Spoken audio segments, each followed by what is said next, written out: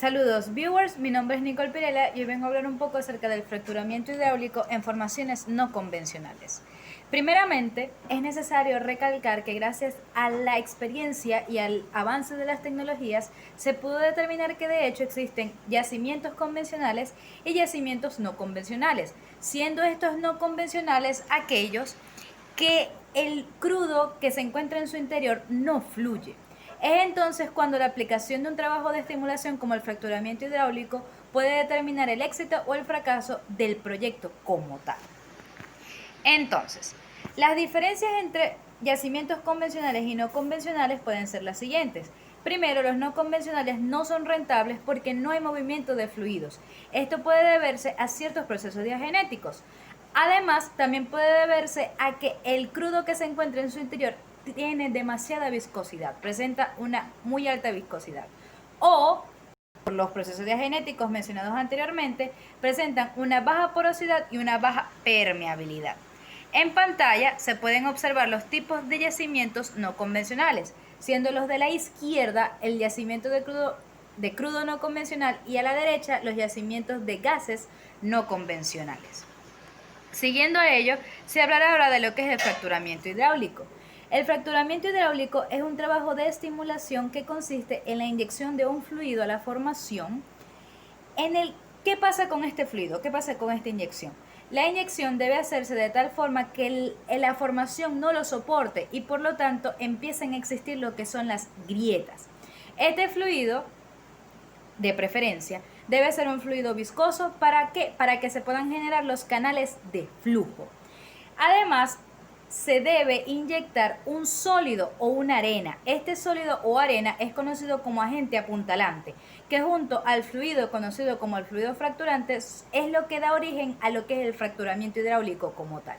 Una vez que se inyecta el fluido fracturante, este efecto de estimulación es de hecho efímero. Por lo tanto, es necesario que este bombeo o que se inyecte este fluido de forma continua hasta obtener una amplitud de grieta requerida o la que se requiere. Y por último, o de hecho, cuando se llega a esa amplitud de grieta, se inyecta lo que es el sólido o el agente apuntalante. ¿Para qué? Para que no se pierda este efecto. El fracturamiento hidráulico se realiza en pozos donde existe baja permeabilidad. Como se dijo anteriormente, esto puede ser debido a procesos diagenéticos. Además de lo mencionado anteriormente, algo que es necesario recalcar es que el fracturamiento hidráulico, el fluido fracturante o el fluido producido por el pozo puede avanzar o superar zonas donde el daño es considerable. ¿Cuál es la diferencia entre los yacimientos convencionales y no convencionales? O de hecho, más que los yacimientos, el fracturamiento hidráulico en la formación convencional y no convencional. Pues bien, el fracturamiento hidráulico en las formaciones convencionales se aplica a pozos verticales o inclinados, se realiza en una sola etapa o a veces en múltiples etapas y la cara de formación expuesta está entre 200 a 500 pies, mientras que el fracturamiento hidráulico en formaciones no convencionales se realiza en pozos horizontales, siempre es multietapa y la cara de formación expuesta es de más de 1000 pies. ¿Cuáles son las características de un pozo para que sea buen candidato? Pues bien, lo primero es que el flujo vertical debe estar restringido. Esto quiere decir que si hay poco o de hecho nulo, un pozo horizontal fracturado es lo más atractivo económicamente. Cuando el yacimiento fracturado naturalmente, existen dos casos. Un caso ideal, que es cuando el pozo horizontal está en forma perpendicular a las fracturas, y el caso real es que las fracturas no son continuas ni uniformes. Si no presenta este ángulo perpendicular, es candidato a lo que es el fracturamiento hidráulico. En cuestión a la permeabilidad y la porosidad, para que pueda ser aplicado, el pozo debe requerir una estimulación intensa más que una eliminación de daño. Como se mencionó, la permeabilidad y porosidad escasa puede deberse a ciertos procesos diagenéticos y es requerido un bajo contraste de esfuerzos, ya que el fracturamiento hidráulico es viable cuando este bajo contraste existe entre una capa productora y la capa limitante. El proceso de fracturamiento hidráulico necesita tomar en cuenta varios factores, como lo es la dirección del agujero. La iniciación de la fractura o del fracturamiento hidráulico es sumamente importante y se busca que sea perpendicular al esfuerzo principal mínimo. Según la teoría, o de hecho, resultados que se obtienen del laboratorio, las fracturas que se encuentran cercanas al pozo son aquellas que controlan las presiones de fractura y de cierre instantáneo. Además, este ángulo o dirección del agujero o de fracturas es menos importante en estimulaciones ácidas porque el ácido se encarga de eliminar, además del daño, ciertas restricciones, que en el fracturamiento hidráulico eliminar estas restricciones no es tan sencillo. El distanciamiento entre fracturas hidráulicas, como se mencionó, si se encuentra el pozo perpendicular al esfuerzo principal mínimo, se pueden o existe que múltiples fracturas pueden ser espaciadas a lo largo de este eje. Este distanciamiento es de hecho un parámetro de diseño y existe una regla mnemotécnica que dice que debe estar entre 250 y 300 pies. El inicio de fractura puede originarse o puede darse en dos momentos. Uno, cuando la amplitud de la fractura inicial a lo largo de la pared del pozo, esta no presenta, como quien dice, su amplitud máxima y de hecho puede que no aumente a medida que aumentan las fracturas y las fracturas inducidas de zonas separadas porque, por ejemplo, cuando las fracturas se encuentran en un ángulo de 90 grados y 70 grados, estas pueden llegar a unirse. La ubicación del pozo en la formación, lo cual es un parámetro a considerar cuando se busca la optimización de la altura de la fractura, y este depende del perfil de esfuerzos de la zona superior. Veamos. Este perfil de esfuerzos de la zona superior tiene que estar a su vez inferior a la zona productora. Y según la teoría, si se busca que la fractura tenga un mayor abarque de la zona productora, este debe realizarse en la zona de mayor esfuerzo. Pero si el trabajo es un trabajo de amplias magnitudes, esto debe realizarse de hecho en zonas de bajo esfuerzo.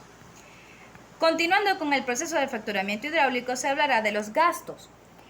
Los gastos se definen por dos variables, que lo que es la velocidad de flujo óptimo, que se recomienda no sea superior a 80 pies por segundo, porque puede traer como consecuencia la corrosión de tuberías, y el tamaño de la localización.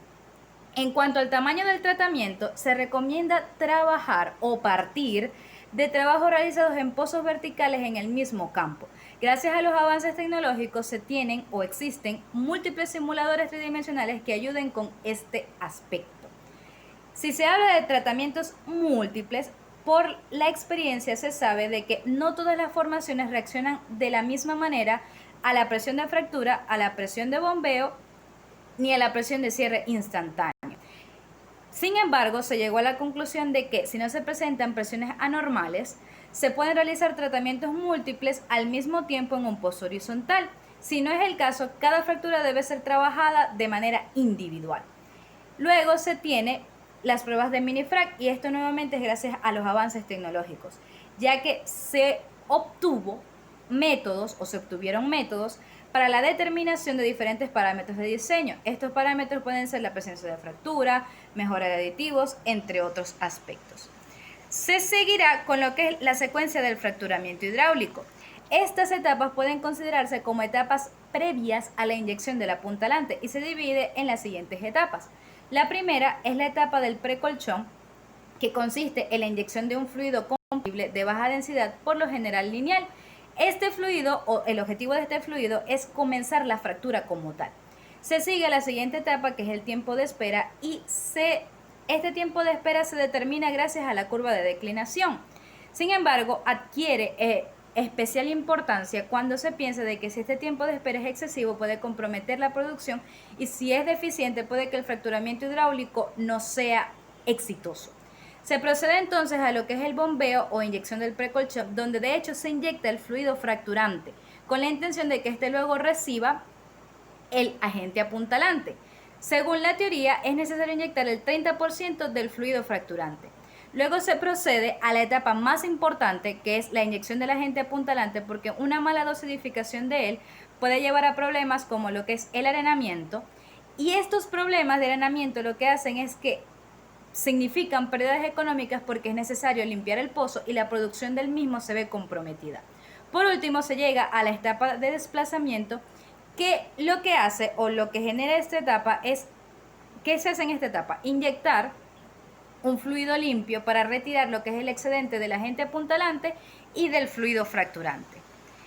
Se sigue con las presiones que actúan en el fracturamiento hidráulico. Existen múltiples presiones que actúan en el fracturamiento hidráulico, sin embargo, las tres que se mencionan son aquellas que son monitoreadas en el proceso. La de rotura, que de hecho es la presión que hace que la formación falle y se rompa. La segunda, la de bombeo, que es la que hace que la amplitud de las grietas aumente. Y tercero, la presión de cierre instantánea, que se obtiene una vez que el bombeo cesa. Se sigue o proseguimos con lo que es la mecánica de fractura.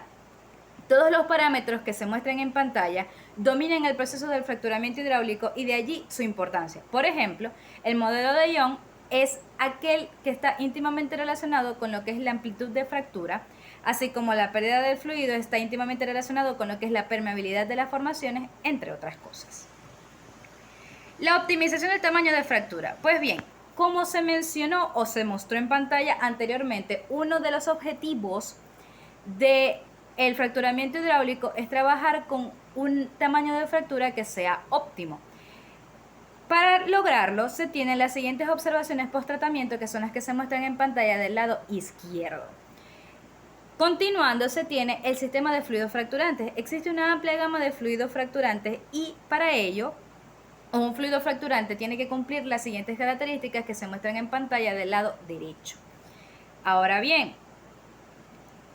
además de lo que se observa en pantalla, por lo general los fluidos fracturantes pueden ser en base agua y en base aceite. Los fluidos en base agua son los más utilizados por, primero, sus precios, ya que son bastante económicos, y segundo, además de los precios, es porque se aprovecha esta propiedad del agua de ser el solvente universal. Se piensa que ciertos problemas, como por ejemplo que el fluido se vuelva muy líquido al aumento de temperatura, puede solucionarse con la inyección de polímeros. Por otra parte, los fluidos en base a aceite tienen ciertas características que de hecho los vuelve atractivos. Sin embargo, características como cuáles: 1. No hacen que las lutitas se hinchen o que reaccionen. Y 2. Tienen una baja presión interfacial, por mencionar algunas. Sin embargo, el problema de los fluidos base aceite es que tienen un alto impacto con el medio ambiente. Es por ello que si se puede evitar utilizarlos, se evita. Se tiene además los aditivos. Los aditivos es aquello que se agrega al fluido fracturante para modificar una característica que por supuesto a conveniencia del ingeniero. Por ejemplo, un aumento, una disminución de pH, un aumento, una disminución de la viscosidad, entre otras cosas. Las características del agente apuntalante pueden ser mostradas en pantalla del lado izquierdo y el apuntalante puede ser bien natural, que resiste una baja presión de cierre o un bajo esfuerzo de cierre, y los sintéticos, que de hecho soportan una alta presión de cierre. Se procede entonces a mencionar los equipos utilizados. El primero es el blender de fractura. Este es el equipo de mayor importancia de la ocasión porque se encarga de la mezcla de lo que es el fluido fracturante, así como de los aditivos. En pantalla se puede observar una imagen del blender. Lo siguiente, se tiene una unidad de hidratación. Estas unidades de hidratación se utilizan más que todo es cuando, para evitar de hecho, un premezclado. ¿Por qué? Porque si se realiza este premezclado, luego el desecho de fluido es bastante considerable. ¿Qué es lo que hace esta unidad de hidratación? Lo que hace es que tiene el fluido concentrado, lo que permite que la hidratación se realice de una manera muy sencilla. Se procede con los tanques. Estos tanques son equipamientos que son altamente necesarios en la ocasión. Además, sin embargo, se consideran que son sencillos, pero algún resto de fluido fracturante o de aditivos puede comprometer la productividad porque las características del nuevo fluido fracturante pueden modificarse. Es por ello, y para evitar problemas de corrosión, que se revisten interiormente. Se tiene luego el transporte del agente apuntalante. El transporte variará dependiendo de la cantidad del agente apuntalante que se debe trasladar. Por ejemplo, se tiene un camión tipo volcador, si se puede trabajar con 300 o 400 bolsas de agente apuntalante o silos que se encargan de trasladar de 250 a 300 bolsas de agente apuntalante por minuto al blender. Los fracturadores son los encargados de inyectar los fluidos fracturantes y reciben fluidos desde el blender. Estos fracturadores pueden llegar a trabajar a una presión de aproximadamente 20.000 psi. Sin embargo, los comunes trabajan en un rango de 5.000 a 1.000 psi, de 5.000 a 10.000 psi. Se tiene además el nitrogenero, que se utiliza únicamente cuando se va a trabajar con nitrógeno, ya que es necesario gasificar el nitrógeno en la ocasión para su posterior utilización, y los equipos que se utilizan deben poder soportar temperaturas criogénicas. El FracBan, que es resultado nuevamente de los avances tecnológicos que se tienen, ya que recibe datos de presión y algunas otras propiedades a tiempo real, lo que facilita la evaluación nuevamente a tiempo real. Los armados de línea a alta presión. Estos tienen características bastante interesantes dependiendo de la producción. Porque, por ejemplo, la tubería de entrada puede tener un diferente diámetro de la tubería de salida. Sin embargo, lo que quiero recalcar aquí es que se estima una cantidad máxima de bombeo y máxima de agente apuntalante para evitar la corrosión de las tuberías. Los elementos de las líneas de alta presión se pueden observar en pantalla del lado derecho. Se trabaja entonces también con lo que son las cabezas de fractura, que dependiendo de la operación, el tipo de conexión al pozo varía. El Tri-Saver, que se utiliza como cabeza de fracturamiento cuando se presenta el gas lift y no hay equipo. Además, con el que el agente apuntalante tenga contacto con todas las válvulas de gas lift no es realmente bueno, porque puede hacer que luego estas válvulas no puedan cerrar. Un dato necesario. Y por último, los tapones y packers, que lo que hacen es prevenir de daños al casing por altas presiones. Entonces, el fracturamiento hidráulico puede resultar un trabajo de estimulación bastante atractivo. Sin embargo, es necesario tomar en cuenta ciertas características del pozo y de las formaciones para que su aplicación sea un rotundo éxito. Y esto se puede realizar de la manera más eficiente y rápida gracias a un ingeniero de petróleo.